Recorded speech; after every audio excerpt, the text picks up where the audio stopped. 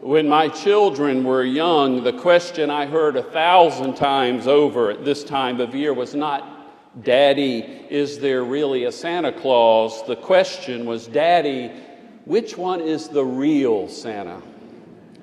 It must be confusing. Children go to the mall and see Santa, then the family drives downtown and they see Santa again, and 45 minutes later they're home watching television and see Santa again, and now we have 300 channels. You can see 10 different Santas on television all at the same time. When I was a child, there weren't many channels or Santas. It must be very confusing for children today. And so if you have a child or grandchild, be ready to respond to the question, which one is the real Santa? Well, church historians would tell you that the real Santa, the first Santa, was a man named Nicholas, who was born around 240 AD in what is present-day Turkey. Nicholas was the only child of wealthy parents, but both parents died when he was very young. So this wealthy orphan felt a call to ministry and studied for the priesthood. And at a young age, he was appointed Bishop of Myra, a Greek town on the coast of Turkey. One of the many legends surrounding St. Nicholas involved a family with 3 daughters. The daughters were about to be sold into slavery because they were very poor and no men had offered to marry them because their father could not afford a dowry. Nicholas took 3 pouches and filled each one with gold, and then at night, under the cover of darkness, he crept to the family's home and tossed a gold-filled pouch through each daughter's window so all 3 girls could get married. From this story and other stories like them surrounding Nicholas rose the belief that unexpected gifts come from St. Nicholas. Children started putting out their stockings on Christmas Eve in hopes that St. Nicholas would come in the night to fill them with candy. Eventually, a seminary professor named Clement Clark Moore gave Nicholas 8 tiny reindeer and gave us the poem, "'Twas the Night Before Christmas." Cartoonist Thomas Nast made him fat and dressed him in red. Then Coca-Cola got a hold of him, and the rest is history. But behind these contemporary images of St. Nick is an orphan boy who gave his life to Christ and became known for his service to others. That's the real Santa Claus. The big question in Israel around 30 AD wasn't who is the real Santa. The question was, who is the real Messiah? It's a question the people of Israel asked all of the time, for you see, there would be many would-be Messiahs. Some people claimed to be the Messiah. There were others who were mistakenly put into that position. Many people thought John the Baptist was the Messiah. He had a huge following, was the Pied Piper of Palestine. People came up to him and asked, "Are you the one? Are you the Messiah, the one we are waiting for?" "No," John would say, "I am not the one. I come to bear witness to the one. I come to bear witness to the light." And when Jesus began teaching and preaching, the huge crowds around John began to dwindle, and his main followers panicked. "Rabbi, at one time Jesus came to you, but now he has left you and is baptizing people on his own, and everyone is going to him. What are you going to do about it?" And John said, he must increase, and I must decrease. He is the one. I'm not even worthy to untie his sandals.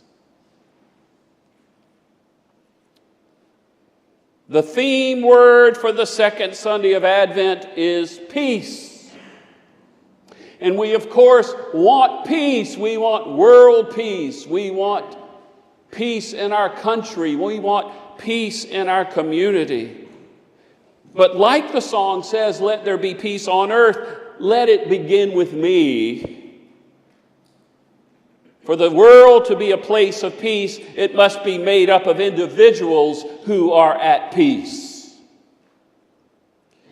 People who are at peace with themselves, people who have an inner peace. When we cause conflict, when we become combative, attacking, destructive, we are not at peace with ourselves. And so how do we get this internal peace? What can we do to try to experience this peace more and more? John the Baptist and St. Nicholas had a common denominator that helped them to experience peace.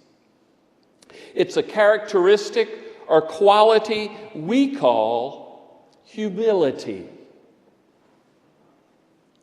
People who are at peace don't have to be the star of the show.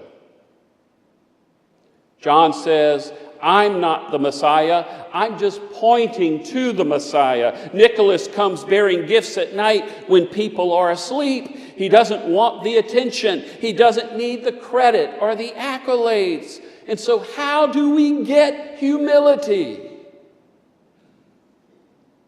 I know of two things that can help us develop this characteristic, this quality, this important quality of humility. The first thing is to practice the presence of God. To practice the presence of a higher power. Recognize that there is a creator and you are a creation. One of the good things to do to practice this presence of God is to give thanks, to recognize and name things you have to be thankful for. That's a great way to start practicing the presence of God. I've heard people who grew up in the country say that their family liked to go marveling. They would just take walks in the woods or out in the fields with eyes and ears wide open for the purpose of experiencing God's incredible world. We just had the funeral for Carolyn Golden yesterday, and Carolyn was really good at marveling. She collected pine cones and rocks and other things that caught her attention on her hikes and adventures in the natural world. She had a way of seeing all the wonderful things we have to be thankful for. But of course, you don't have to be an outdoors person to be a person of gratitude. We can find things to be thankful for, to marvel about, wherever we are. The important thing is to practice being in the presence of this one who is bigger and greater than we are, the one who blesses us in so many ways. Another thing we can do to develop humility is to serve, to give, and to do it in the way Nicholas did, without wanting attention. Our human tendency is to do something and want to be recognized for it. We may say we don't want to be recognized for it. We just want to be appreciated. I just don't want to be taken advantage of. I will do anything for them as long as they appreciate it. That's not the goal of followers of Jesus Christ. That's not the goal if a person hopes to attain eternal peace. I, like everyone else, wants to be appreciated. But as much as I hate to admit it, those feelings don't come from a place of peace. They come from a lack of peace, of being insecure, of needing more. It's been said that a person can accomplish amazing things in this world if he or she doesn't mind who gets the credit. But that's a big if, isn't it? Let us strive to serve not for the purpose of earning brownie points, but for the purpose of growing in humility and for gaining peace. The peace that God can only give. There's another characteristic or quality we need to develop if we want to experience eternal peace, and this quality is the first cousin of humility. We call it humor. Humor is not the same as being funny or telling jokes. Humor is a way of seeing things, especially a way of seeing ourselves. Like humility, humor occurs when we don't take ourselves too seriously. I hope you got a chance to see some of the 2 funeral services that were held for President Bush last week. All of the eulogies, speeches, and remarks were quite remarkable. One right after the other. These statesmen were wonderful speakers. One of my favorite speeches was made by the former Prime Minister of Canada, Brian Mulroney. He was incredible, and I thought to myself, man, I'd hate to follow that guy. The person who spoke next was Alan Simpson, this 87-year-old former senator from Wyoming, crawled slowly up to the microphone, and then he knocked it out of the park. He was genius, my favorite of the speakers. Simpson spoke of his friend George Bush as being a man filled with the 2 qualities we're talking about today, humility and humor. George, he said, was a man of such great humility. And then Simpson added, those who travel the high road of humility in Washington, D.C. are not bothered by heavy traffic.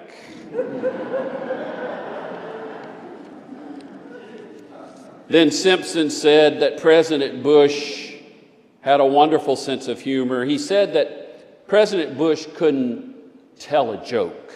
He could never, ever remember a punchline. Never, he said. But he loved to laugh, especially at himself. Simpson said he never lost his sense of humor. Humor, Simpson said, is the universal solvent against the abrasive elements of life. Humor is the universal solvent against the abrasive elements of life. That's one of the reasons it's an important quality to have in order to gain internal peace. We can develop humor by developing humility. They go hand in hand, first cousins. One other thing we need to keep in mind when we talk about experiencing peace within and cultivating peace in the world. Sometimes when we don't feel good about ourselves, we project our inadequacies onto other people, which of course does not fertilize the world with peace. It does just the opposite. And the only remedy for this is realizing that we are accepted as we are. That this one who is bigger and greater than we are loves us unconditionally, as hard as that is for many of us to believe. Every Advent season, I like to read my favorite essay. So sorry for those of you who have been here 20 plus years. It was written by Annie Dillard. Can be found in her book, Teaching a Stone to Talk. It's titled, God in the Doorway. One cold Christmas Eve, I was up unnaturally late because we had all gone out to dinner, my parents, my baby sister, and I. We had come home to a warm living room and Christmas Eve. Our stockings drooped from the mantel. Beside them, a special table bore a bottle of ginger ale and a plate of cookies. I had taken off my fancy winter coat and was standing on the heat register to bake my shoe soles and warm my bare legs. There was a commotion at the front door. It opened, and cold wind blew around my dress. Everyone was calling me, "Look who's here! Look who's here!" I looked. It was Santa Claus, whom I never, ever wanted to meet. Santa Claus was looming in the doorway and looking around for me. My mother's voice was thrilled. "Look who's here!" I ran upstairs. Like everyone in his right mind, I feared Santa Claus, thinking he was God. I was still thoughtless and brute, reactive. I knew right from wrong, but had barely tested the possibility of shaping my own behavior, and then only from fear, and not yet from love. Santa Claus was an old man whom you never saw, but who nevertheless saw you. He knew when you had been bad or good. He knew when you'd been bad or good, and I had been bad. My mother called and called, enthusiastic, pleading. I wouldn't come down. My father encouraged me. My sister howled. I wouldn't come down, but I could bend over the stairwell and see. Santa Claus stood in the doorway with night over his shoulder, letting in all the cold air of the sky. Santa Claus stood in the doorway, monstrous and bright, powerless, ringing a loud bell and repeating, "Merry Christmas, Merry Christmas." I never came down. I don't know who ate the cookies. For so many years now, I have known that this Santa Claus was actually a rigged-up Miss White who lived across the street, that I confused the dramatis personae in my mind, making of Santa Claus, God, and Miss White an awesome, vulnerable trinity. This is really a story about Miss White. Miss White was old. She lived alone in the big house across the street.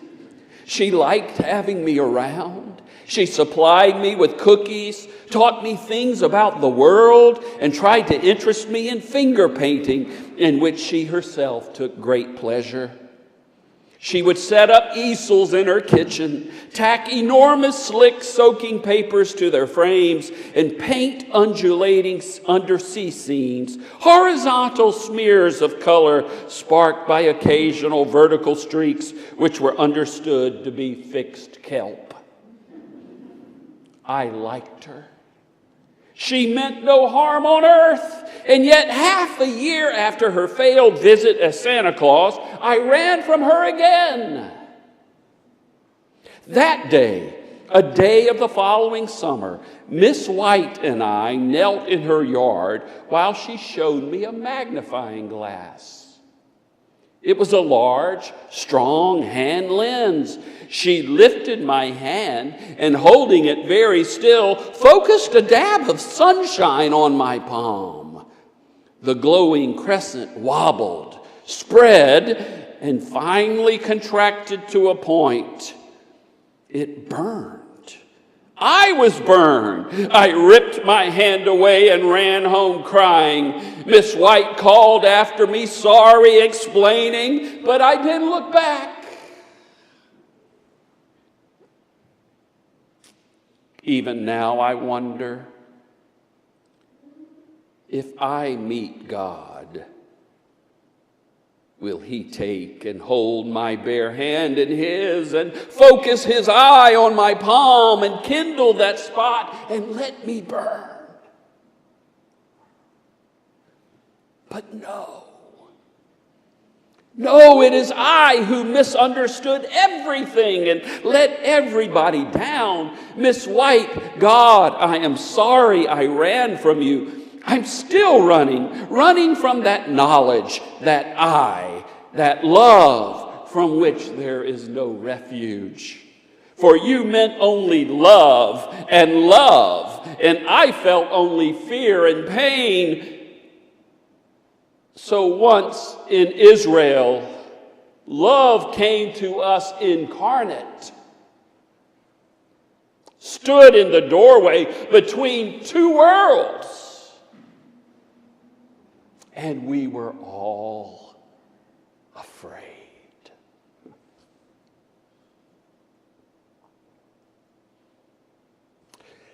There are no childhood pictures of me with Santa Claus.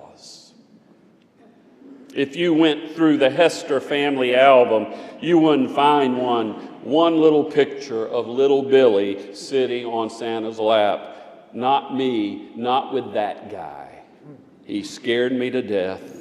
Every time my mother tried to get me close to that big, hairy guy in red, I screamed and ran the other way. You don't know how much I admire the children that will be at our party tonight, who will climb into Santa's lap tonight at our party. They amaze me. I don't know how they do it. Because the biggest question I had about Santa Claus was, what is Santa really like? Can he be trusted? Will he hurt me? Will he like me? These questions are the deep questions we all have about God, our Creator. And I encourage you to do what theologian Paul Tillich encouraged all of us to do. Simply accept the fact that you have been accepted by that which is greater than you. We need to say this to ourselves every minute of every day. Simply accept the fact that you are accepted by that which is greater than you. Do that every day, and then you will be able to start growing in humility and in humor. Then we will be at peace. And then you and I can begin our work of creating a community, a country, and a world of peace. Amen and amen.